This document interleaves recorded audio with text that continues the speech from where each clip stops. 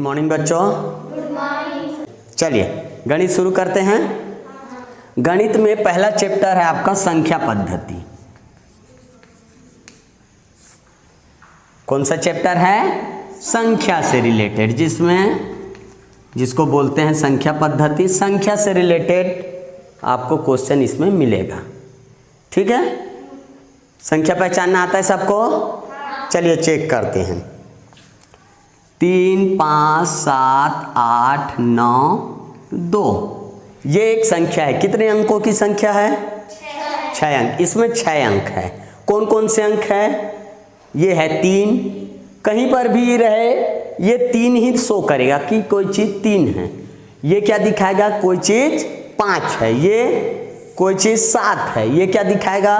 कोई चीज़ 8। ये क्या बताएगा? कोई चीज़ 2 है। अर्थात इन्हीं को बोला जाता है अंकित मान। क्या बोला जाता है? अंक का मान, कि कोई अंक जो है वो उसका मान क्या है। ठीक है। दूसरा होता है स्थानीय मान। देखिए ये अंक अलग अलग स्थानों पर है। ये इधर आखिरी में है, फिर ये, फिर ये, फिर ये, फिर ये, फिर ये। तो हमको पता करना पड़ेगा कि ये अंक कौन कौन से स्थान पर है। तो आप सबको मालूम है हमारा जो गिनती है वो 10 अंकों से मिलकर बना है। 1, 2, 3, 4, 5, 6, 7, 8, 9 और 0। इन अंकों का बार बार उपयोग करके ही हम अनंत तक की संख्याओं का निर्माण कर चुके हैं। ठीक है, और इसी को हम लोग पढ़ते हैं। कैसे बना हमारा अंक? सबसे पहले इकाई से शुरू हुआ। 1 मान लो माचिस का तीले 1, फिर 2 हुआ, फिर 3, फिर 4, फिर 5, फिर 6, फिर 7, फिर 8, फिर 9। जैसे ही 10 हुआ तो इसको हमको बांध देना है। अब बांध दिए तो हमारे पास खुला वाला कुछ भी नहीं है, तो कुछ भी नहीं है, उसको क्या बोला जाता है? शून्य। क्या बोला जाता है? शून्य बोला जाता है। अब देखिए ये बंडल हुआ, बांध दिए ना, तो इसके अंदर कितना? 10 है, तो इसको बोला गया दहाई। पहले खुला खुला था, अगर इसको आप खोल दोगे तो ये बन जाएगा इकाई। और अगर इसी को 10 को बांध दिए तो दहाई। कितना ठो बंडल है हमारे पास? एक बंडल। तो जैसे आपके पास नोट रहता है 10 का नोट, क्या है? दहाई है। उसके अंदर 10 1-1 रुपये का सिक्का भरा हुआ है। ठीक है, तो ये हुआ आपका दहाई। अब जैसे ही 1 दहाई हुआ 10 रुपया बोलेंगे, 2 दहाई हुआ 20, 3 दहाई 30, 6 दहाई 60, 8 दहाई 80, 9 दहाई 90। जैसे ही 10 दहला हुआ तो 10 को लिखने के लिए हमारे पास कुछ भी नहीं है। फिर उसको बंडल बांधेंगे तो 100 का बनेगा। कौन सा बनेगा? दहाई के बाद 100 का। फिर आगे 1 हुआ तो 100, 2 हुआ तो 200, 7 हुआ तो 700, 100 बन गया। अब 100 भी तो 9 तक हो सकता है। एक और आएगा, जैसे ही 10 होगा तो वो कौन सा नोट बन जाएगा आपका? 1000 का बंडल बन जाएगा, है ना। 1000 के अंदर भी 1000, 2000, 3000, 4000, 5000, 6000, 7000, 8000, 9000 तक हो सकता है। उसके बाद जैसे 1000 होगा तो 1 लाख हो जाएगा। कितना हजार? 10,000। यहाँ पे थोड़ा सा आपको समझना है। इकाई, ये आपका दहाई, ये आपका 100। उसके बाद ये 2 जगह 1000, 1000 से बड़ा ये 2 जगह लाख, लाख से बड़ा 2 जगह करोड़, करोड़ के बाद आगे जाएंगे फिर उसका 2 जगह, मान लीजिए 10 लिखा तो अरब, अरब के बाद फिर 2 जगह खरब। लेकिन आगे हमको ज़्यादा ध्यान देना नहीं है, क्योंकि इन अंकों का, संख्याओं का उपयोग ज़्यादा होता नहीं है। तो हम लोग कॉन्सेंट्रेट करते हैं सिर्फ करोड़ तक। चलिए पढ़ते हैं। 100 तक गिनती आता है सबको? नहीं आता है तो कोई मतलब नहीं है नवोदय पढ़ने से। ठीक है, समय बर्बाद नहीं करना है। करोड़ के जगह कितना लिखा है? देखिए 44 करोड़। लाख के जगह कितना? 5 लाख। 1000 के जगह 7000, 100 के जगह 800, दहला के जगह 9, तो 90 हो गया। और इकाई के जगह 2, तो 2 ही रुपया हो गया। पढ़िए ना, 44 करोड़ 5 लाख 7,892। अब एक और संख्या लिखता हूँ मैं, बड़ा सा संख्या देख लेते हैं। ये कितने अंकों की संख्या है? गिनते हैं 1 2 3 4 5 6 7 8 9 10, 10 अंकों की संख्या है। अब इसको हमको पढ़ना है, कैसे पढ़ेंगे? तो मैं भी अगर एक बार में देखूं तो नहीं पढ़ पाऊंगा, थोड़ा सा दिक्कत होगा, तो इसको सरल बना लेते हैं। कोई चीज़ बड़ा सा सेब है तो एक बार में ठूसना नहीं है मुंह में, उसको टुकड़ा कर करके खाना है। ठीक है, चलो खाते हैं। ये है आपका इकाई एक जगह, ये आपका दहाई और ये आपका 100। तीनों का एक एक जगह होता है ना, इन तीनों को मैं अलग कर देता हूँ। उसके बाद ये 2 जगह हजार का अलग, ये 2 जगह आपका लाख का, ये 2 जगह आपका करोड़ का, और करोड़ के बाद ये बेचारा अकेले बचा। करोड़ से बड़ा क्या होता है? अरब। अब पढ़ सकते हो कि नहीं पढ़ सकते? चलो, 3 अरब 45 करोड़ 7,68,952। ठीक है, अब देखते हैं हम लोग 5 को देखते हैं। 5 को इस संख्या में 2 5 है, एक 5 यहाँ पर है और दूसरा 5 यहाँ पर है। दोनों का स्थान अलग अलग है कि नहीं है? है ना, स्थान अलग अलग है। तो स्थान के बदलने से भी अंक का मान बदल जाएगा। वो जिस स्थान पर रहेगा उस हिसाब से हमको पढ़ना है। मान लो हमारे पास नोट है, एक नोट 500 का है तो 500, लेकिन एक नोट अगर 100 का है तो 100, अगर एक नोट 10 का है तो 10 रुपया, अगर एक ठो सिक्का 5 रुपया का है तो 5 बोलेंगे। तो नोट के हिसाब से उसका मान बदलेगा कि नहीं बदलेगा?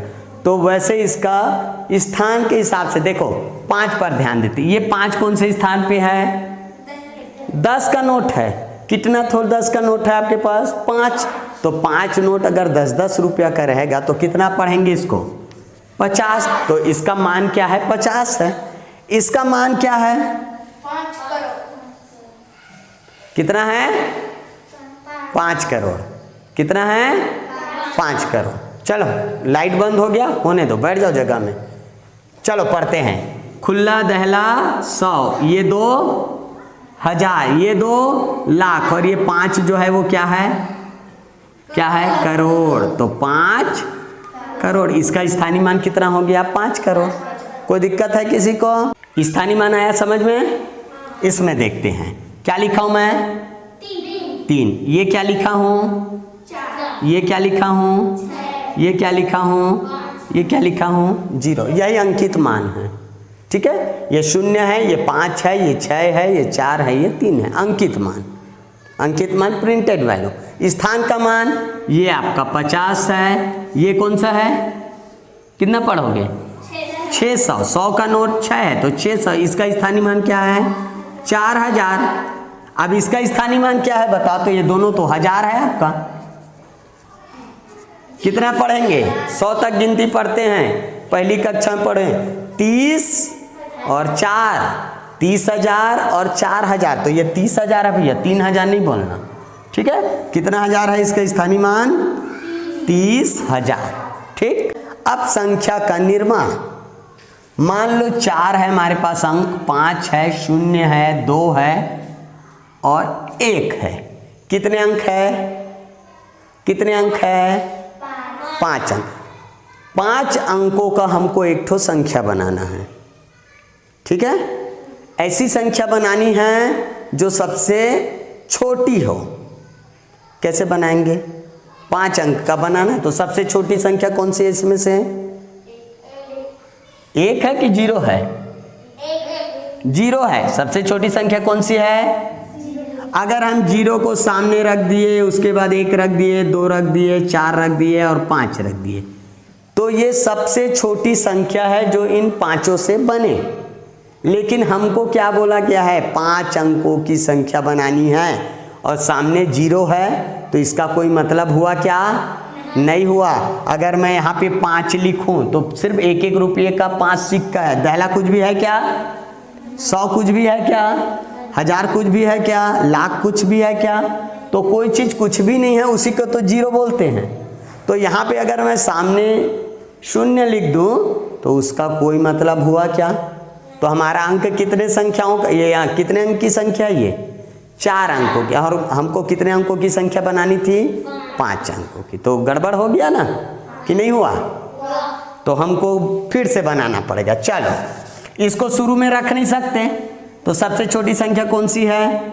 1। अब 1 के बाद के कौन है? चारों में छोटी संख्या 0, फिर छोटी संख्या 2, फिर छोटी संख्या 5, फिर छोटी संख्या 4।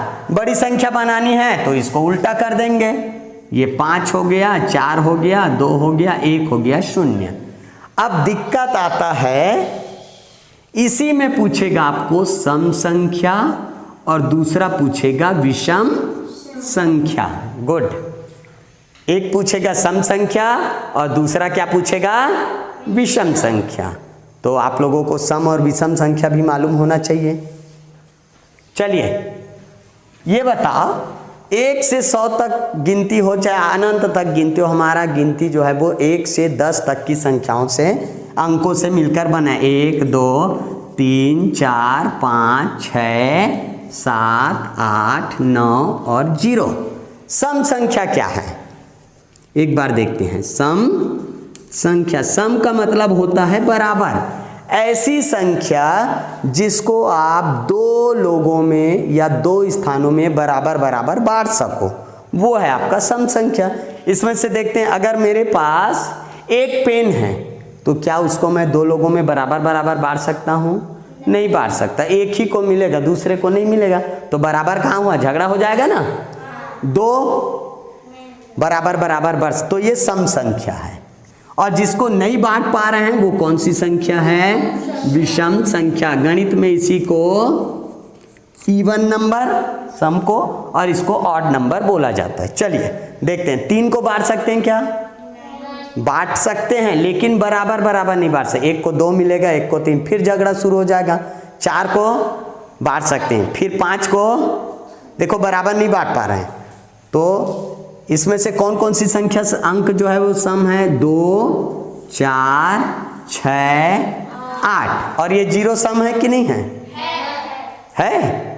मेरे पास कुछ नहीं, तो ना तुमको कुछ मिला ना तुमको, अभी भी बराबर हो कि नहीं हो ना। चलो आगे देखते हैं। अब बड़ी संख्याओं में हम कैसे पता करेंगे कि कोई संख्या जो है वो सम है कि विषम है?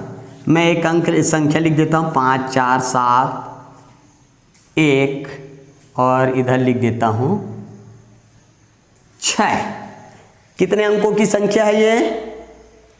6 अंकों की। 6 अंकों की है ना। चलो देखते हैं भाई इसको, ये सम संख्या है कि विषम संख्या? अगर मेरे पास 4,54,716 रुपया हो तो उसको मैं 2 लोगों में बांट सकता हूं कि नहीं बांट सकता? अभी गिनती थोड़ी देर पहले पढ़ाया था संख्या वाला, तो आप लोगों को बताया था हमारा गिनती कैसे बना। पहले इकाई आया, 10 हुआ तो उसको बांधे, 10 का नोट बना। फिर 10 का नोट 10 हुआ तो 100 का नोट बना। फिर 100 का नोट 10 हुआ तो 1000 बना। फिर 1000 का नोट 100 हुआ तो 1 लाख बना। फिर 1 लाख 100 बार आया तो 1 करोड़ बना। मतलब सिर्फ इकाई बस खुला है, बाकी सभी संख्या जो है वो, सभी अंक जो है वो 10-10 का बंडल है। 10-10 के बंडल से बना है कि नहीं बना है? तो इसका मतलब ये 10 का बंडल है, ये 100 का बंडल है, ये दोनों 1000 का बंडल है, ये लाख का बंडल है। और बंडल कुंभ के अंदर 10 भरा हुआ है, और 10 को खोलेंगे तो 5-5 बांट सकते हैं ना खोल कर। तो इसको बांट सकते हैं, इसको बांट सकते हैं, इसको बांट सकते हैं, इसको भी बांट सकते हैं। एक तो 10 का नोट है, 5-5 रुपया बांट सकते हो ना, बांट सकते हैं। लेकिन दिक्कत होगा हमारे इकाई में। इकाई बस को बांट पाएंगे कि नहीं बांट पाएंगे वो संख्या के ऊपर डिपेंड करता है। चलो देखते हैं, इकाई में कौन सा अंक? 6 को कितने लोगों में बांटोगे? 2 लोगों में, तो 3-3 आएगा। मतलब ये कौन सी संख्या है? सम संख्या। और इसके जगह मान लो 3 रहता तब विषम संख्या। अगर इसके जगह 0 रहता तब विषम संख्या। अगर इसके जगह 7 रहता तो विषम संख्या। तो विषम और सम को पहचानने का तरीका क्या है? इकाई को तुमको देखना है कि कौन सा अंक संख्या जो है वो सम है और कौन सा विषम है।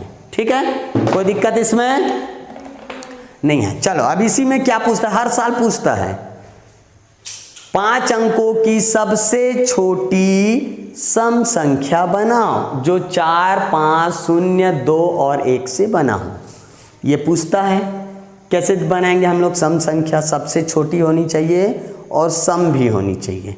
तो देखते हैं इसमें से कौन कौन सा अंक जो है वो सम है। बारिश के कारण परेशानी हो रहा है जी। लाइट और फ्लैश लाइट चालू कर दे बेटा। तुम लोगों को कोई दिक्कत नहीं है ना? नहीं है तो पढ़ते हैं, ठीक है, जैसा है वैसा है। दिखाई दे रहा है ना सबको? चलो कैसे बनाएंगे, कैसे बनाएंगे? सबसे छोटी सम संख्या बनानी है।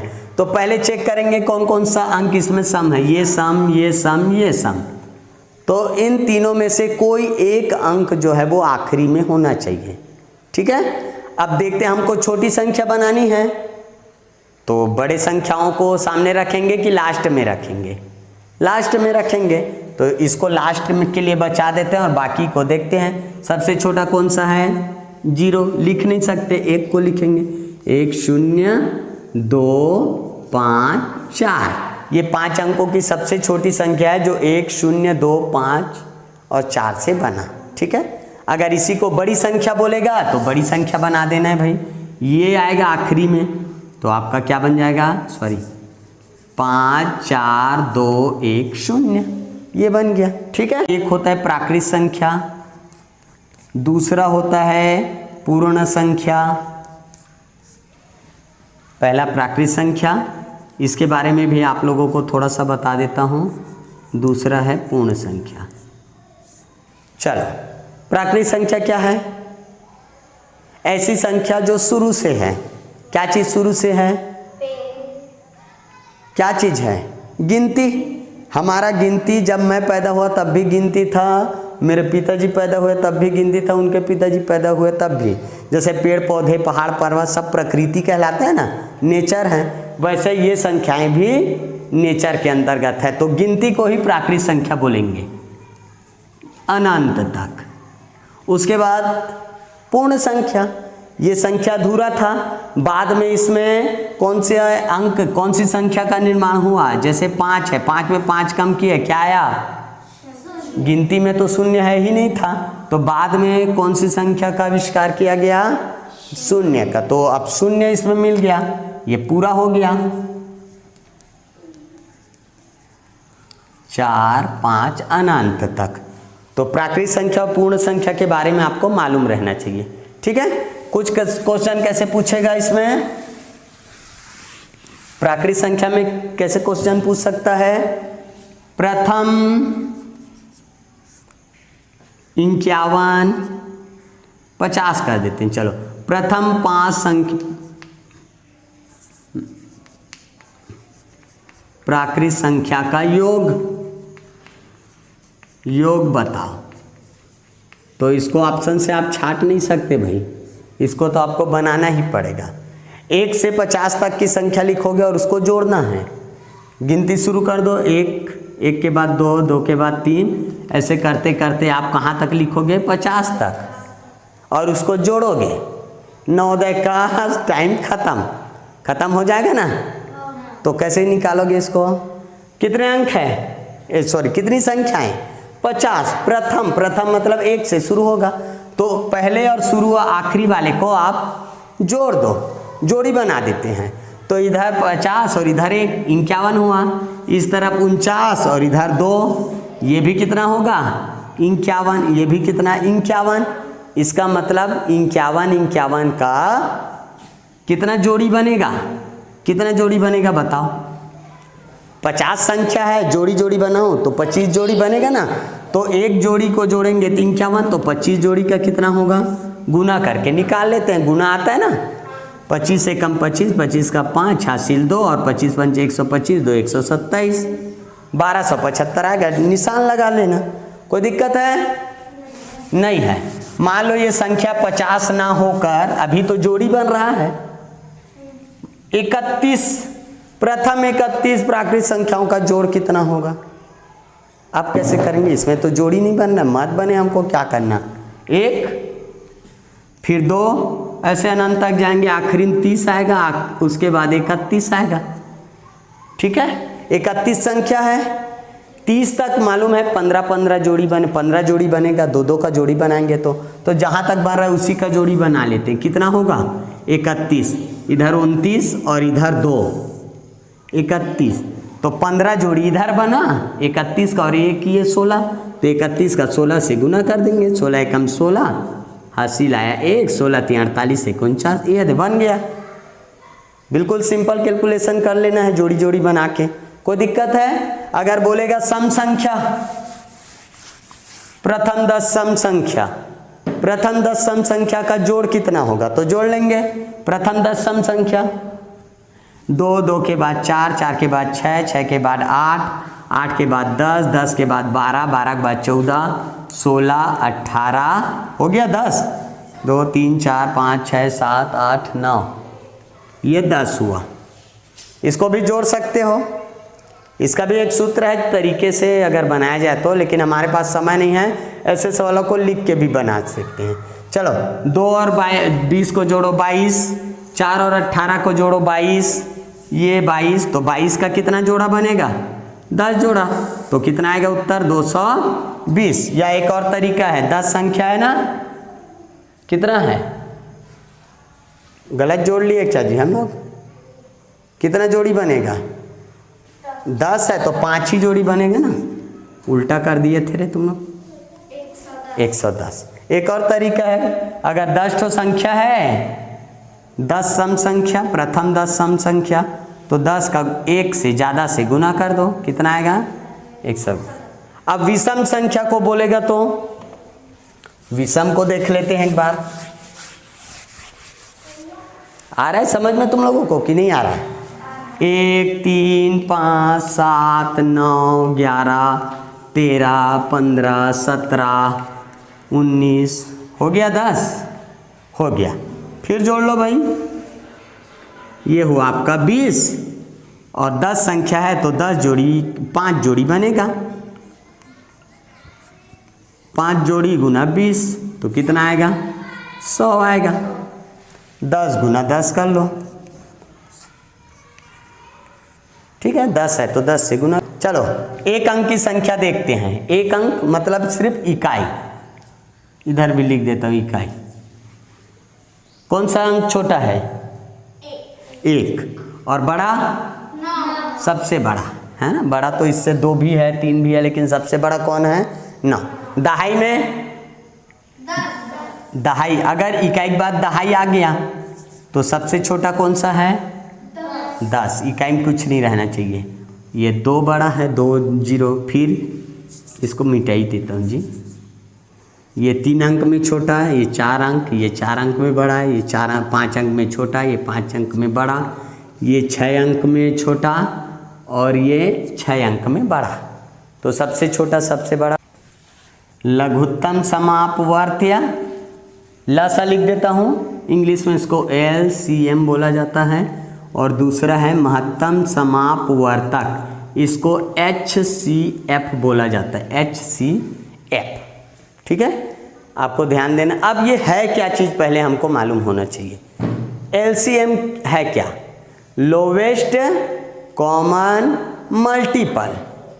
मल्टीपल मतलब होता है पहाड़ा, इसको हिंदी में गुणज भी बोला जाता है। गुणा करने के बाद जो आएगा गुणज, जैसे 3, 3 एकम 3, 3 का 2 बार गुना करो तो 3 दूनी 6, फिर 9, फिर 12, ये 3 के गुणज है, 3 का पहाड़ा है। ठीक है, तो इसमें पूछा है लोवेस्ट मतलब सबसे छोटा, लघुत्तम, और समान अपवार्त मतलब सबसे छोटा पहाड़ा जो सबका हो। जैसे मान लो उदाहरण देंगे तब आएगा समझ में। आप सब लूडो खेलते हो, एक संख्या अंक है 5 और दूसरा है 3, 5 और 3, और एक हम लोग ले लेते हैं, चलो 2 लेते हैं। ठीक है, 3, 5 और 2, इसका हमको गुणज निकालना है। मान लो लूडो खेल रहे हैं, 3 बच्चे खेल रहे हैं, एक के पासे में 3 3 आ रहा है, एक के में 5 5 आ रहा है, एक के में 2 2 आ रहा है। ठीक है, तो या फिर ऐसा भी, ये 2-2 रुपये का सिक्का गिन रहा है, ये 5-5 का गिन रहा है, ये 3-3 रुपये का ऐसे जुट्टी बना बना के गिन रहा है। ठीक है, तो ये 3, फिर 3 रखा तो कितना रुपया रख दिया 6, फिर कितना 3 रखेगा 9, फिर 12, फिर 3 रखेगा 15, फिर 3 रखेगा 18, फिर 3 21, फिर 3 24, फिर 3 27, फिर 3 रखेगा 30। जो बच्चा 5-5 का सिक्का रख रहा है 5, फिर 5 रखेगा तो 10, फिर 15, फिर 20, फिर 25, फिर 30, फिर 35, फिर 40, ऐसे अनंत तक वो गिनती गिन सकता है जितना उसको ज़रूरत है। ठीक है, आगे अब 2 वाला कैसे गिनेगा, 2-2 का सिक्का 2 रुपया, फिर 4 रुपया, फिर 6 रुपया, फिर 8 रुपया, फिर 10, फिर 12, फिर 14, फिर 16, फिर 18, फिर 20, फिर 22, फिर 24, फिर 26, फिर 28, फिर 30, फिर 32, फिर 34, ऐसे करते करते जितना चाहे उतना वो गिन सकता है। अब देखते हैं ये 3 के अपवर्त है सभी, ये सभी 5 के अपवर्त हैं, मतलब 5 के पहाड़ा है, और ये सभी 2 के अपवर्त हैं। अब इनमें पूछा गया है लोवेस्ट कॉमन मल्टीपल, सबसे छोटा पहाड़ा जो तीनों का हो, यही है एलसीएम। ठीक है, चलो देखते हैं। इसमें देखो कौन सा अंक जो है वो तीनों में है, कौन सी संख्या जो है वो तीनों में है। कौन सी संख्या तीनों में है, 30। 30 इसमें भी है, 30 इसमें भी है, और 30 इसमें भी है, तो यही 30 कहलाएगा एलसीएम। तीनों का पहाड़ा पढ़ते जाना है, जिस संख्या में तीनों रुकेंगे वही उसका एलसीएम है। पहली बार सबसे छोटी है, 30 के बाद फिर कहाँ मिलेंगे ये लोग, 30 में मिलेंगे, उसके बाद आगे जाके 60 में, फिर 90 में, फिर 120 में, तो सबसे छोटा कौन सा है, 30, तो वही एलसीएम है। ठीक है, कोई दिक्कत एलसीएम में? इसको निकालने का बहुत सारा तरीका है, हमको उन तरीकों को अभी ध्यान नहीं देना है, ऑप्शन से आपको छांटना है, क्योंकि समय कम है। ऑप्शन से छांटना, आपको सिर्फ कॉन्सेप्ट मालूम रहना चाहिए। आप वहाँ पहाड़ा भी बना सकते हो अगर थोड़ा सा बड़ा संख्या आ गया तो। ठीक है, अब देखते हैं एचसीएफ क्या है। महत्तम समान अपवर्तक, मतलब अपवर्तक है बांटने वाला, बांटने वाला, और ये गुणज है, इसको हम लोग पहाड़ा भी बोल सकते हैं। ठीक है, गुणा करने के बाद ही पहाड़ा। सबसे बड़ा, महत्तम सबसे बड़ा समान अपवर्तक एचसीएफ, इंग्लिश ज़्यादा सरल है। हाईएस्ट सबसे ऊंचा, कॉमन मतलब सब जगह हो, और फैक्टर मतलब उसको बांटने वाला। जैसे मान लो 2 संख्या है, 20 है और एक 30 है, 20 और 30। अगर तुम्हारे पास 20 रुपया है तो उसको तुम कैसे बांट सकते हो, 1-1 रुपया में बांट सकते हो, 2-2 रुपये में बांट सकते हो, 3-3 में बांट सकते हो क्या? ऐसे 3-3 रुपये रखेंगे तो बटाएगा नहीं, बटाए। 4-4 में रख सकते हैं, और 5-5 में बांट सकते हैं, 10-10 का नोट 2 नोट में बांट सकते हैं, और 20 के 1 नोट में बांट सकते हैं, एक ही जगह रहेगा। तो कौन कौन सा अंक संख्या जो है वो 20 को बांटा, 1 बांटा, 2 बांटा, 4 जगह बांट सकते हो, 5 जगह बांट सकते हो, 10 जगह बांट सकते हो, और 20 को तो एक ही जगह बांटेंगे, है ना। अगर 1-1 रुपया बांटेंगे तो 20 बच्चों को पूरेगा, अगर 2-2 बांटेंगे तो 10 को मिलेगा, अगर 4-4 बांटेंगे तो 5 को मिलेगा। इसका उल्टा अगर 5-5 रुपया देंगे तो 4 बच्चों को मिलेगा, 10-10 देंगे तो 2 बच्चों को, और अगर 20 रुपया को बांटेंगे तो एक ही बच्चे को देकर ख़त्म कर सकते हैं। बताओ सबसे जल्दी किस में बटेगा? सबसे बड़ा अपवर्तक कौन है इन सब में? 20 है, ये सबसे बड़ा अपवर्तक है। अगर तुम्हारे पास 20 रुपया है, सबसे बड़ा बांटने वाला, इससे तुम जल्दी बांट सकते हो। अगर तुम्हारे पास 20 रुपया है, 20 रुपया लो और एक बच्चे को दे दो, बट गया। 100 लड्डू है, 100 लड्डू लो, एक को दे दो और घर जाओ, बढ़ गया ना। लेकिन 100 लड्डू है और एक एक सबको बांटने के लिए बोलेगा तो 100 बच्चों को बांटना पड़ेगा, तब तुम्हारा लड्डू खत्म होगा। तो एक एक बांटेंगे सबसे ज़्यादा समय लगेगा, और सबसे जल्दी किस में बटाएगा? 20 में। तो 20 सबसे बड़ा हुआ ना। चलो अब इसका देखते हैं, 30 को कैसे बांट सकते हैं? एक एक बांट सकते हो, 30 है तुम्हारे पास तो एक एक बांट सकते हो, 2-2 बांट सकते हैं, 3-3 बांट सकते हैं, 4-4 बांट सकते हैं क्या?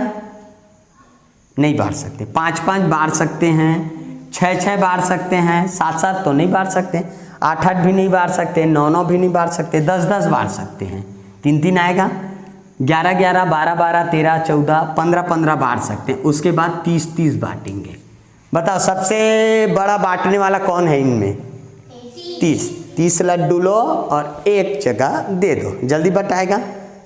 तो सबसे बड़ा बांटने वाला इसका है 3, और सबसे छोटा कौन है इसका? 1। सबसे छोटा कौन है इसका? 1। 1 से हर संख्या को आप बांट सकते हो। अब ध्यान देते हैं, हमको क्या बताना है? HCF। C मतलब होता है कॉमन, सब जगह रहे, सबका हो, सब जगह रहे, कॉमन रहे सब में। तो इसमें तो 30 है, क्या इसका है 30? कहाँ हुआ कॉमन? इसमें है, इसमें नहीं हुआ। इसका 20 है, इसका है क्या? नहीं है। तो देखो कौन सा जो अंक है वो कॉमन है दोनों में? कौन सी संख्या कॉमन है दोनों में? 10। देखो दोनों में कॉमन देख लेते हैं। 1 है कॉमन, 2 भी कॉमन है, 5 भी कॉमन है, और ये 10 भी कॉमन है। 10 से दोनों को बांट सकते हो, 5 से दोनों को बांट सकते हो, 2 से दोनों को बांट सकते हैं, 1 से दोनों को बांट सकते हैं। लेकिन हमको बोला है हाईएस्ट, मतलब सबसे बड़ा। तो सबसे बड़ा कौन सा है इसमें से? 10। तो HCF क्या हुआ? 10 हुआ। ठीक है, कोई दिक्कत है? कोई दिक्कत है तो बताना भाई, नहीं है ना? चलो अब इसमें से इस चैप्टर में आपको 2 संख्याओं के बारे में पढ़ना है। जैसे हम ध्यान देते हैं, 10 एक संख्या है 10। 10 को कैसे बांट सकते हो? 1-1 रुपये में बांट सकते हो, 2-2 रुपये में भी बांट सकते हो, 5-5 रुपये में भी बांट सकते हो, और 10-10 रुपये में भी बांट सकते हो।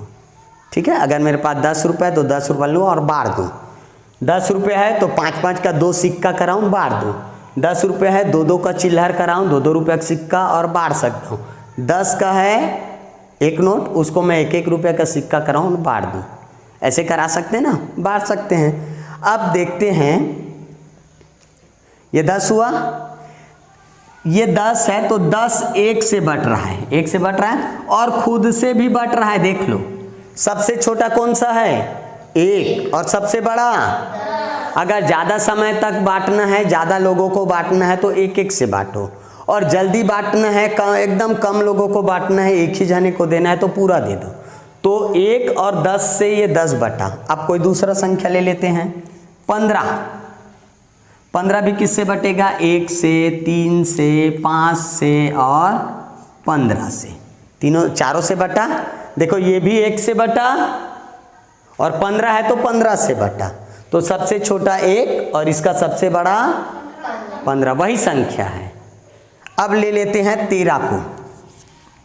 13 को किससे बटेगा? 1 से और 13 से। 2 को लेते हैं, 2 को कैसे बांट सकते हैं? 1-1 रुपये में या 2-2 रुपये में। अगर आपके पास 7 है तो 7 को कैसे बांट सकते हैं? 1-1 या 7-7। तो इसको देखो, 13 एक संख्या है, इसको मैं 1-1 बांटा या 13-13 बांटा, 1-1 बांटा या 13, और हर संख्या को आप 1-1 बांट सकते हो। अगर 5 है तो 1-1 बांटो, 5 को पूरेगा, है ना? झगड़ा होगा क्या? 5 बच्चे को बांट दो 1-1। 2 है तो इसको 1-1 बांटो, 1 और 7। यहाँ पे अब ध्यान देना, 13 का 2 ही बांटने वाला है, 1-1 और दूसरा खुद 13। 2 का भी 1 और खुद 2, यहाँ 1 और खुद 7। और कोई दूसरा संख्या बांट रहा है क्या? यहाँ पे देखो 10 को 1 तो बांटा और 10 बांटा, इसके अलावा 2 और संख्याओं से ये बट रहा है। ये 1 और 15 से बटा, इसके अलावा 3 और 5 से और बट रहा है। तो ऐसी संख्या जो 1 और खुद से बटे वो कहलाएंगी अभाज्य, दूसरे से नहीं बटेंगी, सिर्फ एक से या फिर खुद से। और जो दूसरों से भी बटे वो कहलाएंगी भाज्य संख्या। भाज्य मतलब भाग जाने वाली, ये दूसरों से भी भाग जाएगी।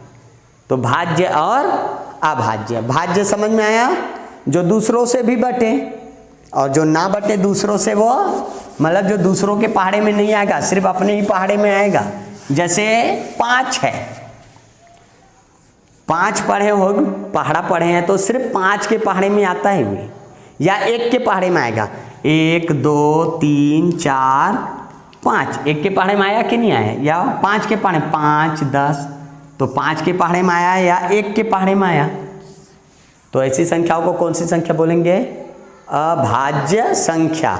और मान लो 10 है तो 10 कौन सी संख्या है, भाज्य की अभाज्य, ये 2 से भी जाएगा 5 से भी जाएगा। ठीक है, चलो देखते हैं सबसे छोटी अभाज्य संख्या कौन सी है।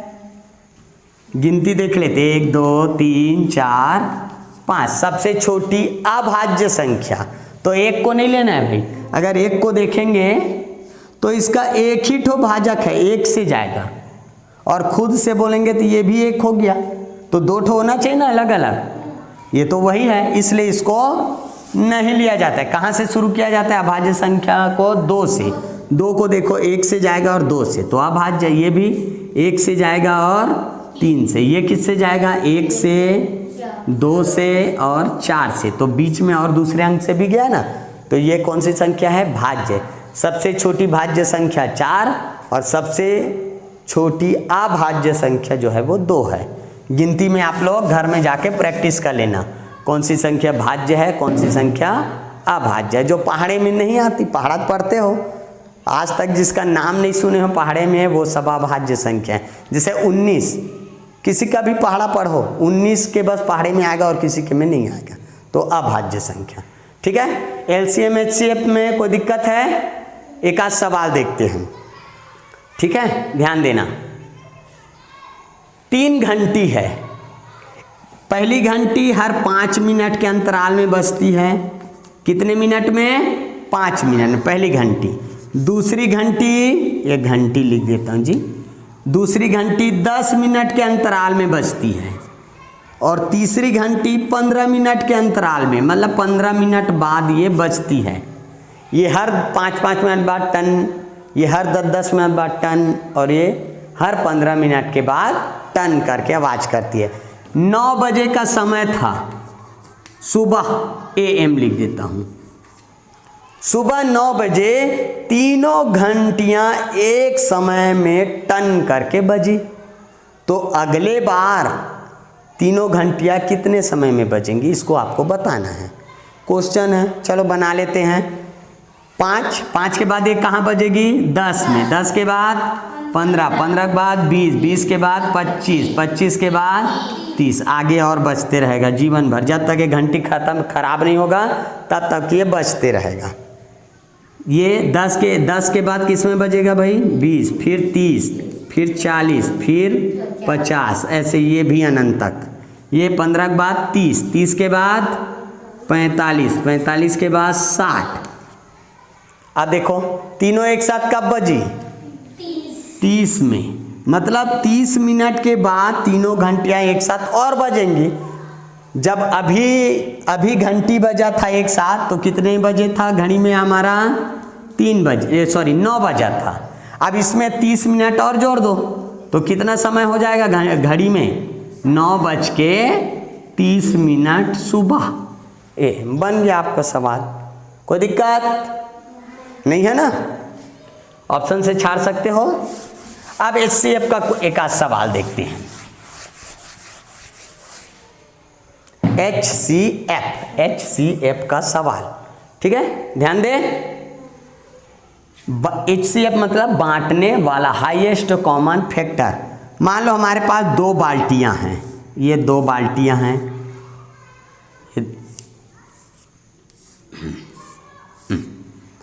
इसके अंदर है हमारा 120 लीटर। इतना बड़ा बाल्टी होगा जी, 12 लीटर कर देता हूँ। कितना पानी है इसके अंदर, 12 लीटर। और इसके अंदर है 20 लीटर पानी, और दोनों को, ये दोनों बाल्टी के पानी को ऐसा चाड़ी रहता है ना, देखे ना दूध नापने वाला, इससे हमको नापना है। एक ही चाड़ी लेना है और दोनों को नापना है। तो उस बड़े से बड़े चाड़ी का माप कितना होगा, कितना नाप वाला हम चाड़ी लेंगे, आधा लीटर वाला लेंगे, 1 लीटर वाला लेंगे, 2 लीटर वाला लेंगे, 4 लीटर वाला लेंगे कि 10 लीटर 12 लीटर, कितना वाला लेंगे आपको बताना है। सबसे बड़ा बता, ऑप्शन दे देता हूँ मैं, ये 2 लीटर वाला, दूसरा 1 लीटर वाला, तीसरा है 3 लीटर, और चौथा है आपका 4 लीटर। चलो नापते हैं।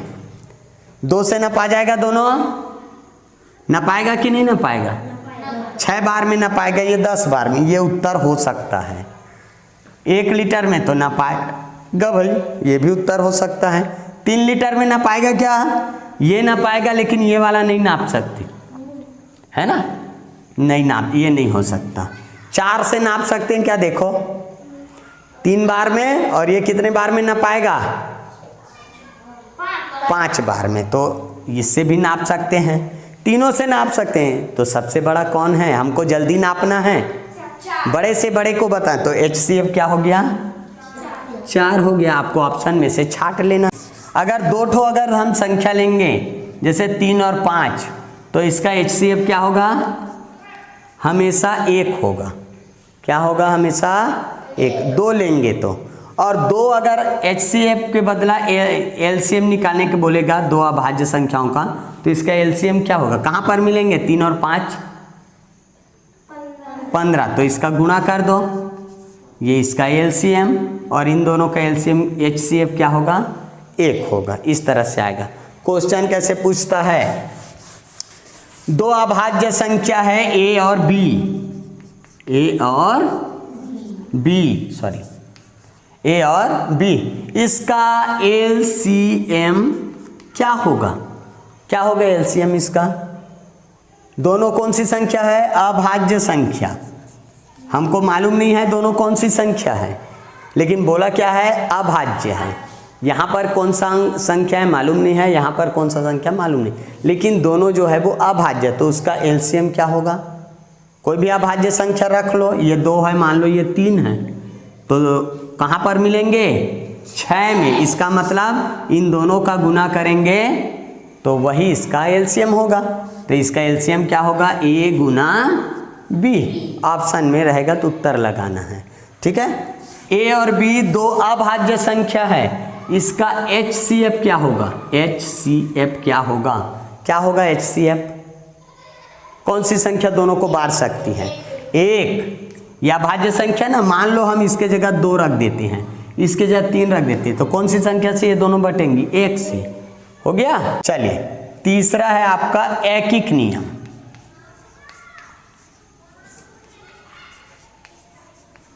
तीसरा कौन सा है आपका? एकिक नियम। एकिक नियम में क्या है? एक का मालूम करो और कईयों का पता कर लो।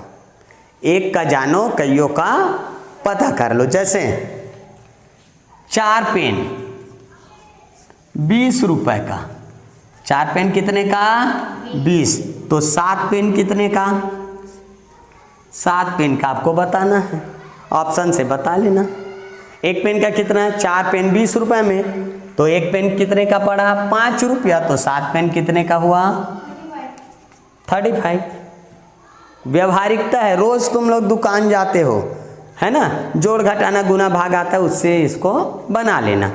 ठीक, चलो इसमें अब किस टाइप से सवाल पूछता है उसको हम लोग देखेंगे। एक आदमी किसी कार्य को, किसी काम को 20 दिनों में पूरा करता है।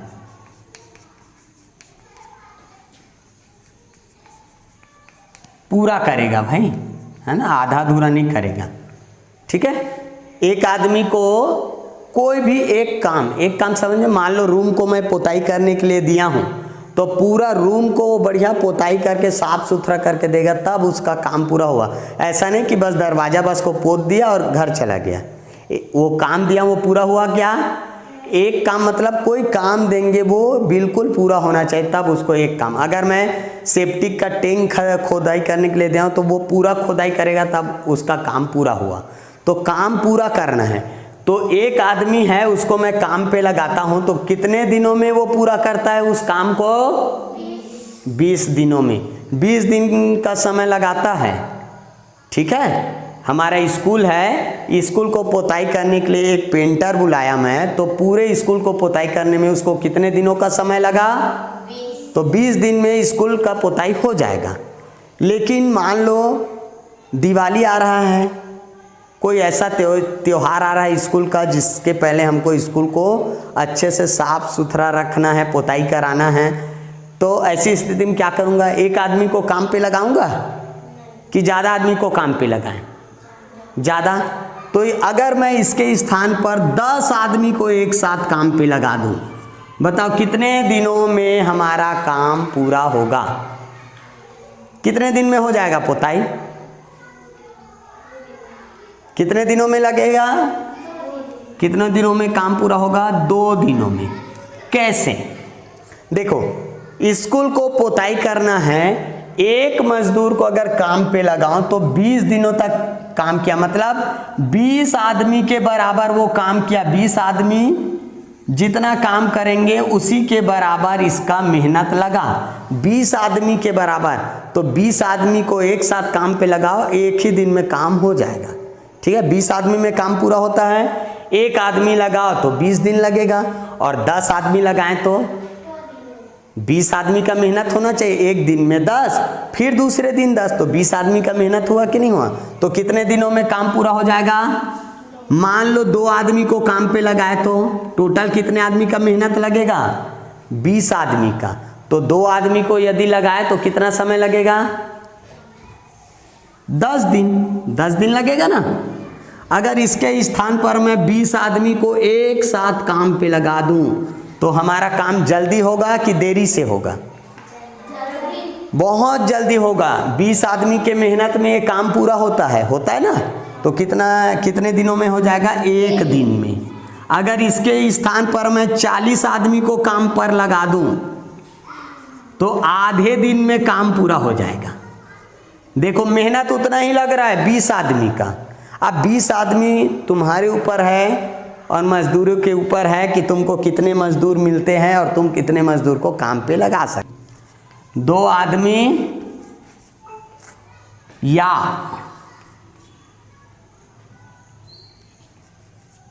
5 औरतें, औरत लिख देता हूं यार, 2 आदमी या 5 औरत किसी काम को 2 दिनों में पूरा करते हैं। कितने दिन में पूरा करते हैं?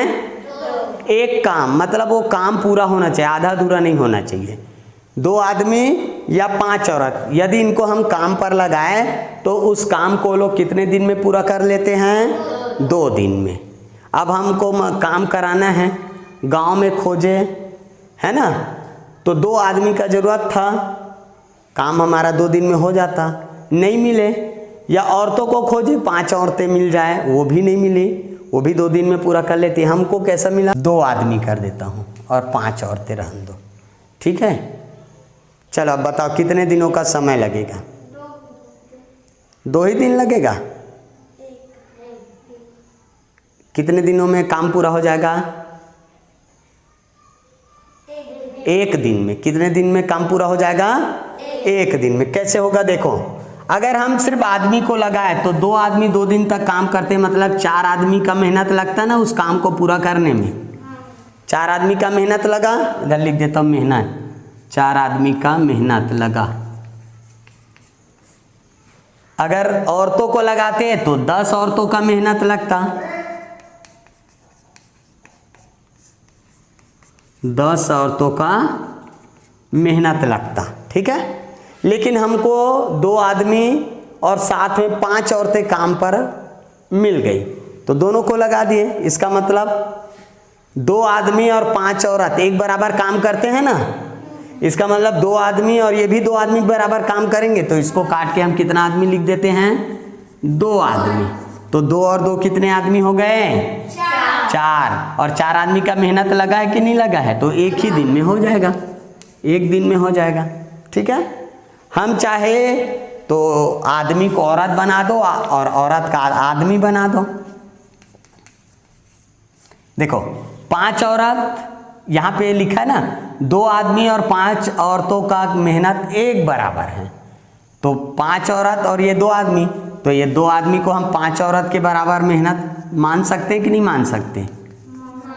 तो 5 और 5 10, और 10 में एक ही दिन में हो जाएगा ना काम, तो यहाँ भी एक दिन हुआ। इस तरह से आपको इन सवालों को बना। साथियों नमस्कार, ये हमारी YouTube channel Navodaya classes with Barle sir का पहला वीडियो था और मैं उम्मीद करता हूँ कि यह आपके बच्चों के लिए फ़ायदेमंद रहा होगा। वीडियो यदि पसंद आया हो तो लाइक करिए और दूसरे बच्चों तक शेयर अवश्य करिए। गणित के साथ साथ आपके बच्चों का भाषा और मानसिक योग्यता का चैप्टर जो है वो पूरी तरह से स्ट्रांग होना चाहिए, तभी बच्चे का सिलेक्शन जो है वो श्योर हो पाएगा, क्योंकि दोनों चैप्टर जो है वो अंक अर्जित करने का अच्छा साधन है। गणित थोड़ा कठिन होता है, जिसको मैं 10 क्लासेस के माध्यम से पूरी तरह से कंप्लीट करा दूंगा। वीडियो में अंत तक बने रहने के लिए बहुत बहुत